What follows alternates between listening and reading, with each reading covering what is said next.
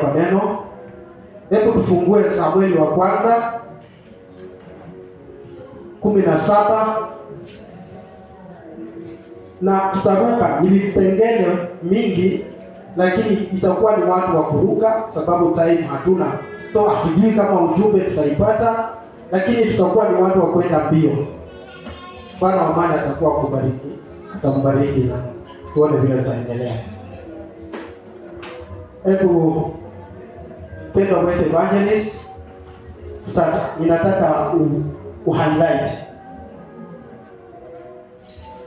Samueli wa kwanza 17. Utasoma kuanzia mstari wa 3 mpaka wa 4, utaruka mpaka 10, 11 na 13, utaenda 16, 18,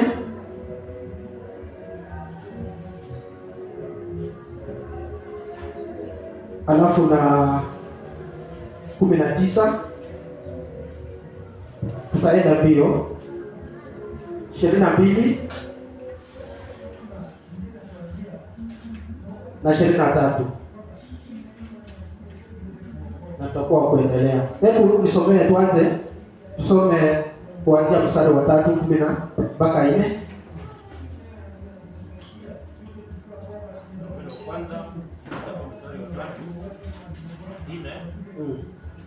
Wafilisti wakasimama juu ya mlima upande huu na Waisraeli wakasimama juu ya mlima upande huu. Narudia.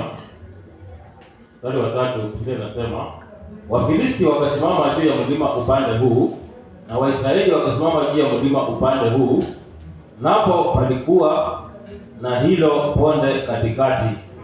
Ndipo akatoka shujaa katika kambi ya Wafilisti aliyeitwa Goliathi wa Gathi, ambaye urefu wake ulikuwa mikono 6 na shibiri 1. Bwana asifiwe. Hapa neno la siku ya leo, Jumapili ya kwanza ya January 2026, tunajifunza vita ya kati ya wana wa Israeli na Wafilistini. Bwana asifiwe.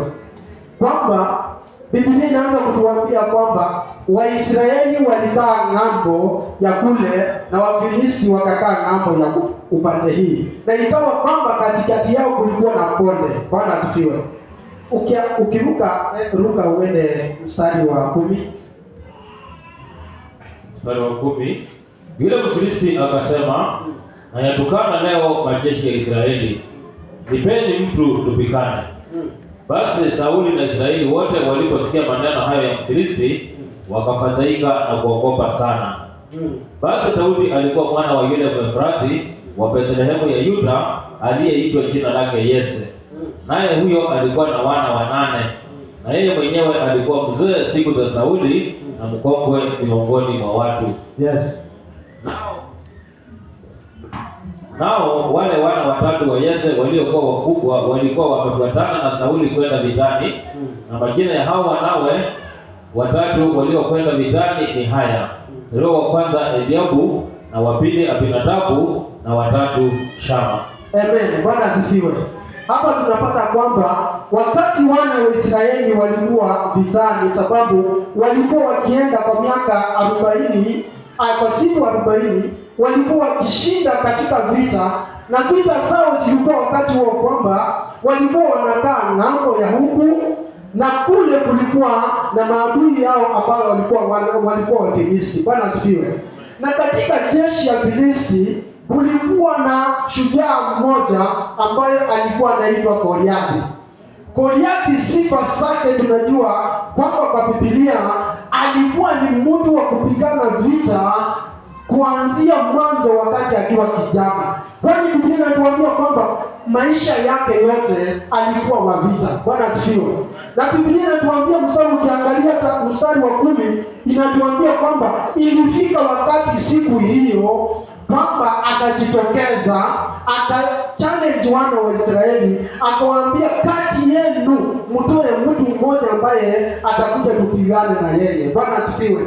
Akawaambia mtoe mtu mnaamini kwamba ni shujaa kuliko wote, akuje tupigane na yeye, na iwapo ataniua na nipiga niue, sisi tutakuwa chakazi wenu, na iwapo mimi nitamuua, nyinyi mtakuwa wafanyakazi wetu. Bwana asifiwe.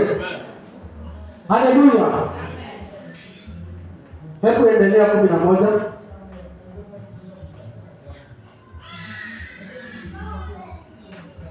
Inasema basi Sauli na Israeli wote waliposikia maneno haya ya Wafilisti wakafadhaika na kuogopa sana.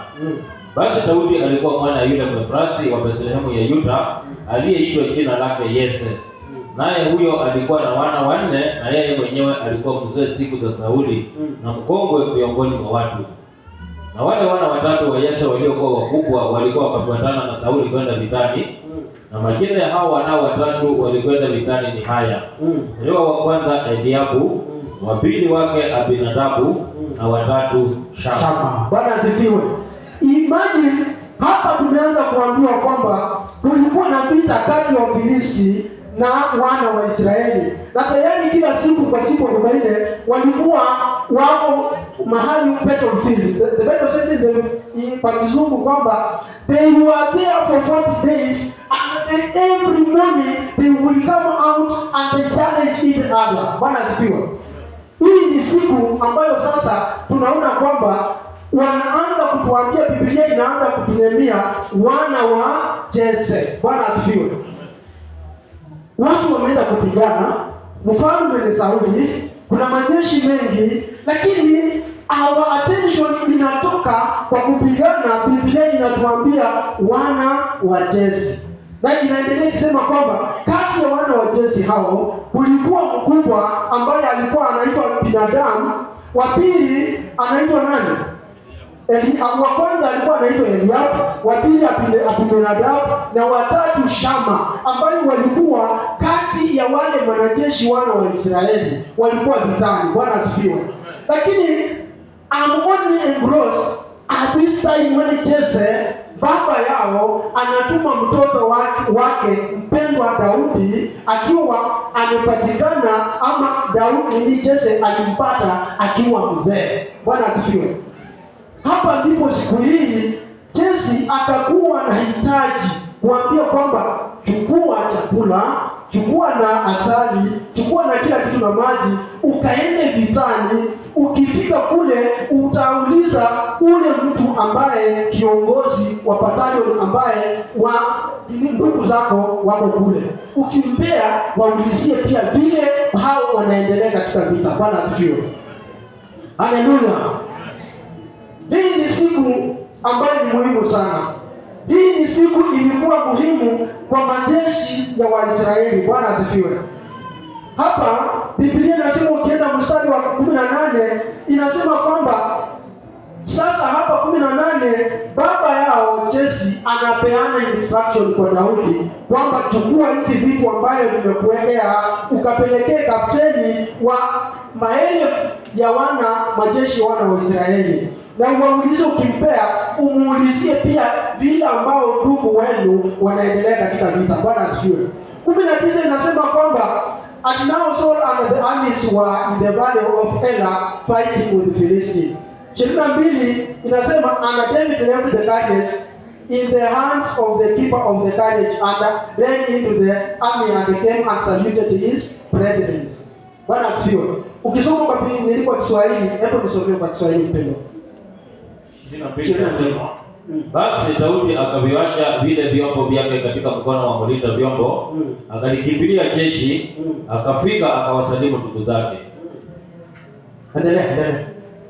Hata alipokuwa akisema nao, kumbe yule shujaa alitokea, yule Mfilisti wa Gathi, jina lake Goliathi, akitoka katika jeshi la Wafilisti, akasema maneno yale, naye Daudi akayasikia. Yes. Endelea. Na watu wote wa Israeli walipomwona yule mtu wakakimbia, wakaogopa sana. Watu wa Israeli wakasema, je, umemwona mtu huyo aliyepanda huko? Hakika ametokea ili awatukane Israeli. Basi itakuwa mtu yule atakayemuua mfalme atamtajirisha kwa utajiri mwingi, naye atamuosa pindi yake na kuifanya mbali ya baba yake kuwa huru katika Israeli. Amen. Bwana asifiwe. Ati Biblia imetuambia kwamba wakati huo Daudi alipofika mahali wanajeshi wa Israeli walikuwa, hapo ndipo jitu la Filistini likatokea, ambaye inaitwa nani? Goliathi. Goliathi alipokuja kwa madaku na ile hali ambayo alikuwa nayo, sababu kimwili alikuwa mkubwa na kwa vita hakuwahi shindwa. Yeye alikuwa anaangalia yale ambayo amefanya maishani. Bwana asifiwe. Lakini tunashukuru Mungu huyu, sababu Mungu wa Daudi, sababu Daudi akiwa mdogo, sababu katika familia ya Jesse Daudi alikuwa ni kijana mdogo. Bwana asifiwe. Na Biblia inasema kwamba Jesse alimpenda sana, sababu hakumpenda sababu alikuwa na sura nzuri, hakumpenda sababu alikuwa na nini, alimpenda tu kwa shughuli moja, kwamba alimpata kwa uzee wake. Bwana asifiwe. Yaani which means alikuwa ni kitinda mimba. Bwana asifiwe. Huyu kijana akiwa kitinda mimba, kazi yake ilikuwa kwamba alikuwa anachunga kondeni ya baba yake. Bwana asifiwe. Hiyo ndio kazi walikuwa wanafanya. Kwa muda mrefu yeye alikuwa ni mchungaji wa kondoo mpendwa.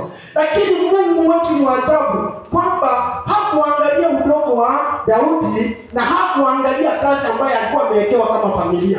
Wale wengine wakubwa walikuwa wanene, walikuwa wamejawa na nguvu, walikuwa mwili zao zilikuwa siko karibu na wale wa kupigana jeshi. Na ndiposa wanao watatu wa jeshi walichukuliwa wakakuwa absorbed kwa hiyo familia ya wanajeshi wa Israeli. Bwana asifiwe. Lakini waliangalia Daudi akiwa mdogo, wakajua kwamba huyu hata kushika mshale na utwa hataweza. Na ndiposa baba yake akamwambia kwamba wewe utakuwa unaenda kuchunga nini?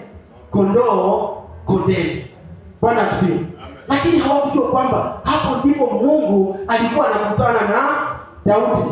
Daudi akija akibeba chakula akiwaletea, yeye alikuwa tayari ni shujaa. Bwana asifiwe. Ushuhuda ambayo Daudi alikuwa nayo kwamba alikuwa ameua bea na akaua na nini? Na simba. Hakuna mtu hivi hivi anaweza kukutana na simba na kumuua. Bwana asifiwe. Bea ni mnyama mkubwa wapendwa.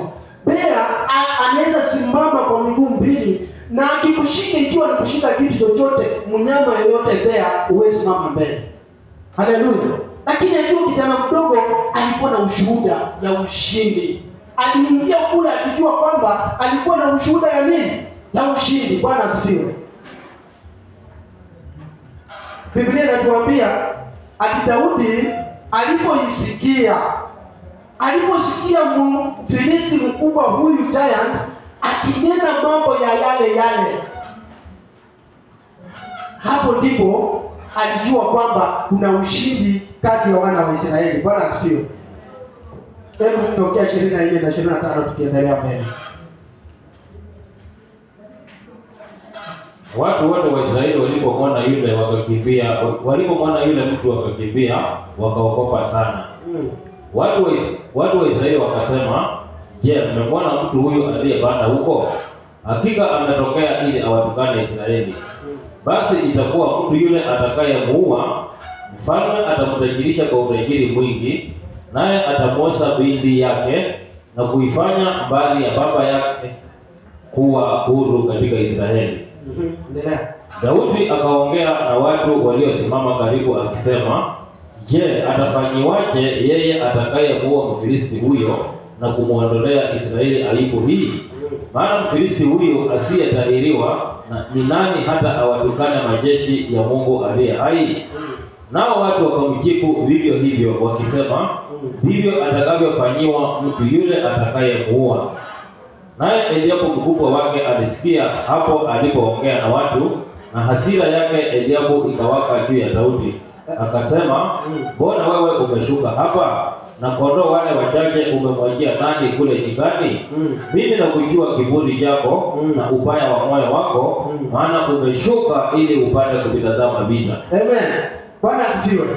Hebu imagine Daudi ameenda amewapelekea chakula, lakini huyu ni ndugu yake mkubwa ambaye amemuona. Nilikuwa nafikiria pengine Eliabu angefanya kitu mimi akamwambia kwamba wewe kijana wetu mdogo umekuja kufanya nini? Utauliwa huku, tafadhali urudi huko, hatutaki upotezee uhai. Lakini Biblia inasema kwamba Eliabu akamwambia, akakuwa kwa hasira, akamwambia na wewe umekuja kufanya nini? Ile kondoo ndogo ya baba yako. Yaani imagine hata kondoo zao Eliabu alikuwa anaidharau. Bwana asifiwe. Yaani ya baba yao, ati umeachia nini? Umeachia nani kondoo zile chache? Umekuja kufanya nini? Ninajua kwamba wewe umekuja kufanya nini? Kujionea vita kwa kiburi yako. Bwana asifiwe. Hebu tunajua kwamba Mungu wetu anajua kutumia kifaa kilicho na mtamaana kwa nyumba yake ili utukufu wake uonekane. Bwana asifiwe. Eliabu aliangalia ndugu yake mdogo Daudi, hakujua kwamba alikuwa ni mkombozi. Bwana asifiwe.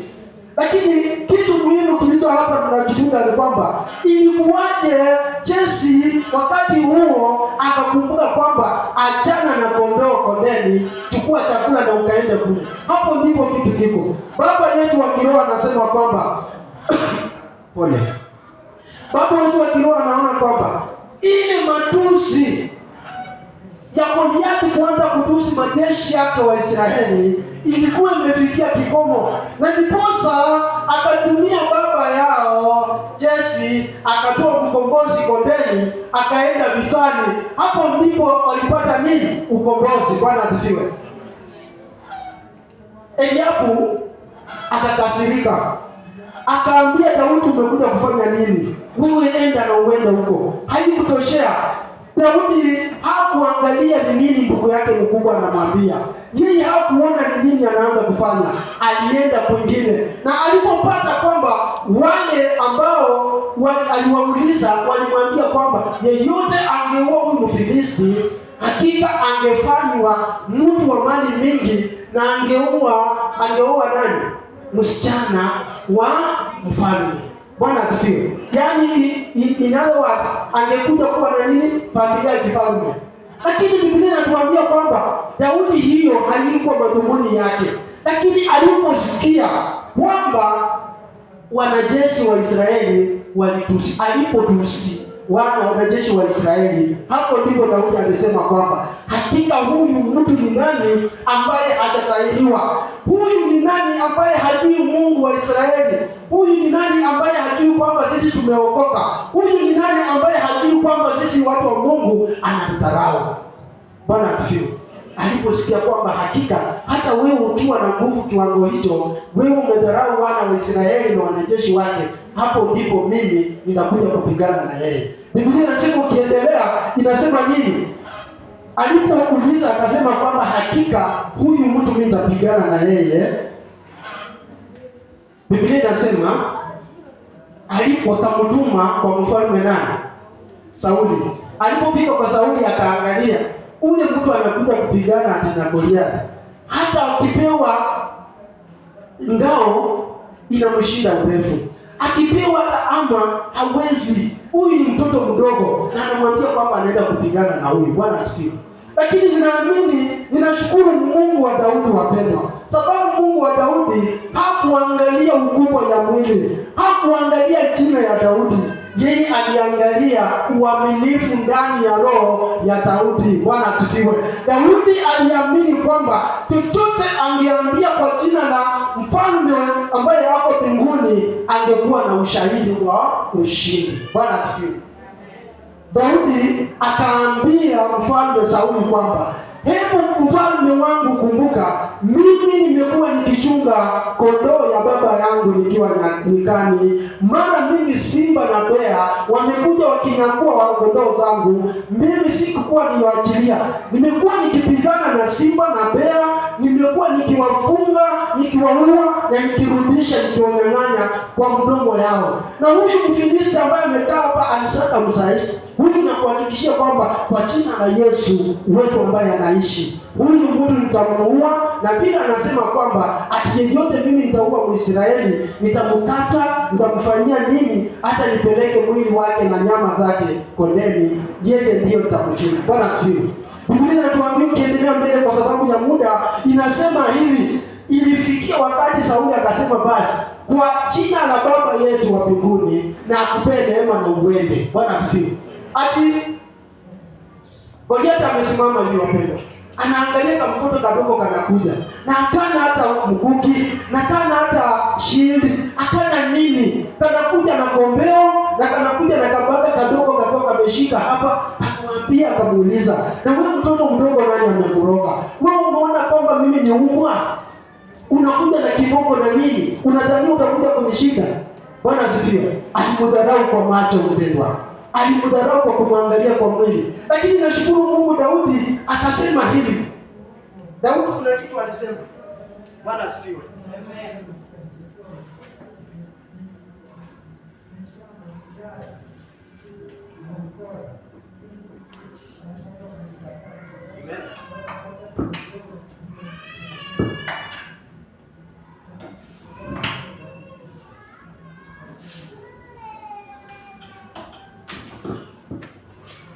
Haleluya.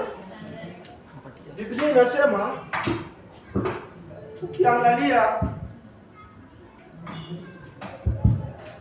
Biblia inasema hivi, mstari wa 38 Biblia inasema ati Saul, hebu nisomee kwa Kiswahili mpendwa. 38 inasema, ndipo Sauli akamvika Daudi mavazi yake ya vita, akamtia chapeo cha shaba kichwani, akamvika dirii. Naye Daudi akajifunga upanga juu ya mavazi yake, akajaribu kwenda, maana alikuwa hajavijaribu.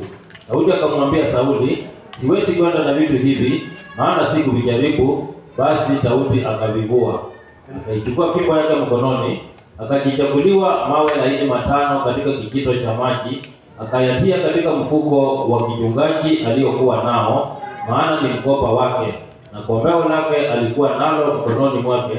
Akamkaribia yule Mfilisti. Huyo Mfilisti naye akamsogelea Daudi na kumkaribia, na mtu yule aliyemchukulia ngao yake akamtangulia.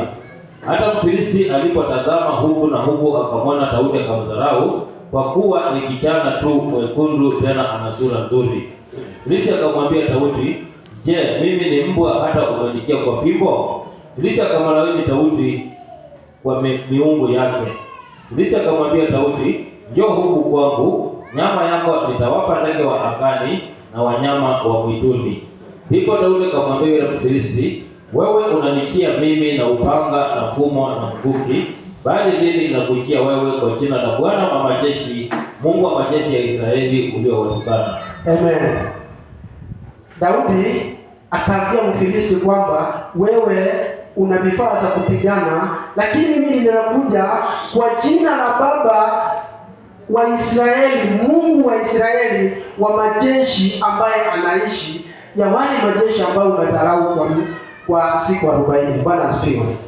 Na tunajua nini unapoendelea kwamba Biblia inatuambia walipokuja wakikuja hivi, Mfilisti alikuwa anajua kwamba Daudi atakuja afikie distance ambaye angedraw sword, ama aende akashike tu mkono akatunge ikiwa ni kisu, sababu kalikuwa kama mtoto kadogo. Lakini Biblia inatuambia kwamba wakati Daudi alikuwa akienda kufikiana na Mfilisti, alikuwa anaangalia kichwa chake kiko wapi. Alikuwa anaangalia ni wapi ambayo nitapiga mawe. Yeye alikuwa na mawe, na ijalishi silaha ambayo adui alikuwa naye haikujalisha kitu mpendwa. Biblia inatuambia kwamba Daudi alipofika akajua kwamba hii kombeo yangu na mawe nitakaporusha, ikimshika mmoja hakika atafanya nini? Biblia inatuambia alipompiga kwa mawe moja, ile giant haikumaanisha alikuwa na mwili kiwango gani, alianguka chini. Bwana asifiwe. Na alipoanguka chini, bado Waisraeli walifanya nini? walikimbia. Alipoanguka chini, Waisraeli hawakuamini, sababu walijua kwamba huyu mtu akianguka hapa atatumaliza sisi wote. Bwana asifiwe. Hakikujalisha kitu chochote. Walipomwona Daudi ameenda amekanyaga, hakika Goliathi ameangalia amesimama hivi, na akachukua kisu ya ule Mfilisti akamkata kichwa. Alipoinua akatembea nayo, hapo ndipo Israeli walijua kwamba leo Mungu aishaye milele alikuwa amepea ushindi. Bwana asifiwe. Mimi ninajua kwamba wakati ulipovuka mwaka ulikuwa na mambo mengi, ulikuwa na maombi ambayo ulikuwa nayo mpendwa. Hebu nisikie, kuna mambo ambayo ulikuwa nayo haikukupeleka vizuri katika maisha. Wewe ulipoangalia watoto wako vile walikuwa wanakaa wakiishi, walikuwa wanahangaika, wewe mwenyewe ambayo ulikuwa nayo haikuwa inatosha. Bwana asifiwe. Hivyo ndivyo wanajeshi wa Israeli walikuwa hivyo.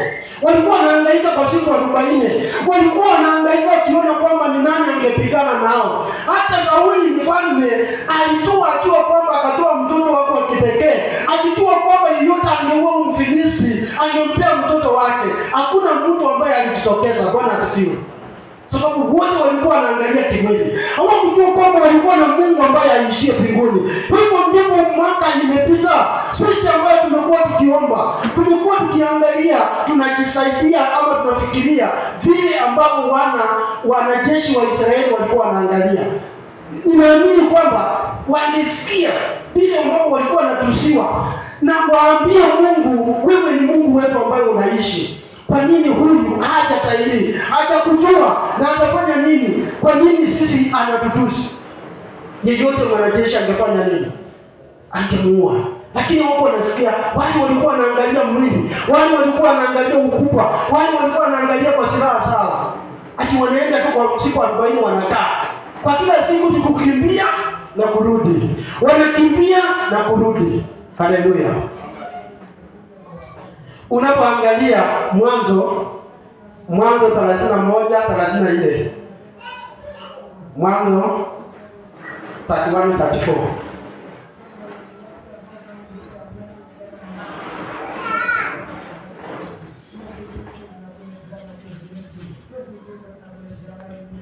Basi Raheli alikuwa amevitoa vile vinyago ameviweka katika matandiko ya ngamia na kuvikalia. Labani akapapasa hema yote wala hakuviona. Hebu minimum 30. Basi nasema, basi sasa umetoka kwa sababu umetamani sana nyumba ya baba yako. Mbona basi umeiba miungu yangu? Yakobo akajibu akamwambia Labani, kwa sababu naliogopa nikisema, usije ukaninyang'anya binti zako kwa nguvu. Awaye yote utakayemwona kuwa nayo miungu yako, yeye asiishi mbele ya ndugu zetu, ukitambue kilicho chako kwangu ukakichukue. Maana Yakobo hakujua ya kwamba Raheli ameiba. Bwana asifiwe. Kuna ujumbe ambaye nilikuwa ninataka kwamba hapa Biblia inasema kwamba Yakobo alipokuwa akikaa na ni mjomba yake Labani kwa miaka aliyokaa nayo, ilifika wakati ambayo alitoka akiwa na wake wawili, ambayo mkwanza alikuwa Raheli na wa pili alikuwa anaitwa Rachel. Bwana asifiwe. Lakini ilipofika wakati wakitoka, akamwambia kwamba chukueni nguo zenu na kila kitu, sasa wakati huu imenipasa nirudi kwetu. Bwana asifiwe. Yakobo alipoambia hivyo, Biblia inasema kwamba Rachel ambaye alikuwa Raheli ambaye alikuwa mke wake wa kwanza aliiba kinyakuzi cha baba yake ambaye kilikuwa kinaitwa nani? Akod. Yaani madhabahu. Hiyo ilikuwa ni madhabahu ya kwa akaficha. Na baba yake alipotoka mahali alikuwa akienda, akakuja akapita kwamba akapata hakikukua, akachukua wanajeshi na watu wake akakimbia. Biblia inasema kwamba walimfuata Yakobo, akampata mahali ambaye alikuwa amefanya nini? Amekaa kupumzika. Waliingia akawaambia, imekuwaje kwamba ulikuja hauna kitu, wakati umerudi nimekupea wana wangu wawili kama mabinti wangu wawili kama wake wako, imekuwaje mpaka umeiba Mungu wangu? Ndiposa nani anasema kwamba mimi hakuna venye naweza iba, sababu Mungu aje na mimi niko na Mungu wa Israeli.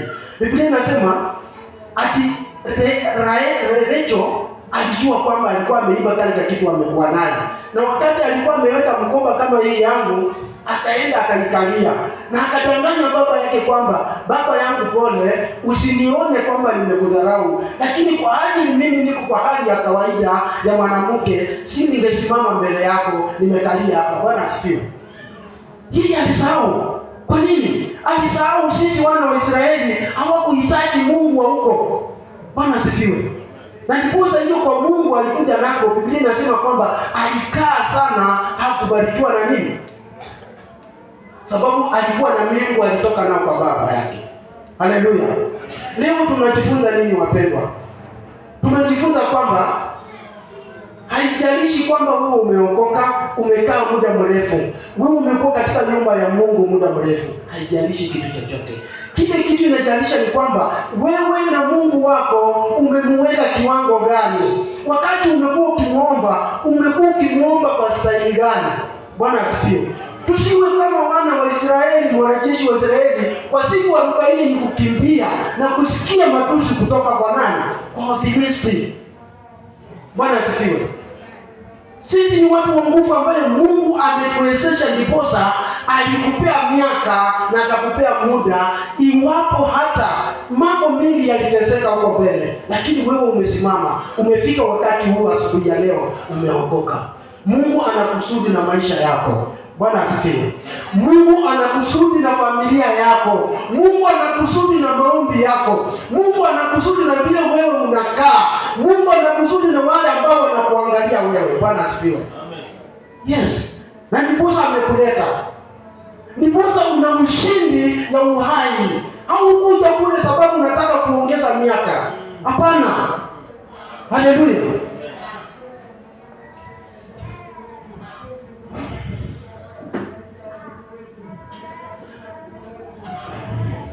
Bwana asifiwe. Haleluya. Saa 7 imefika. Si ndio? Na dakika 2. Tusimame.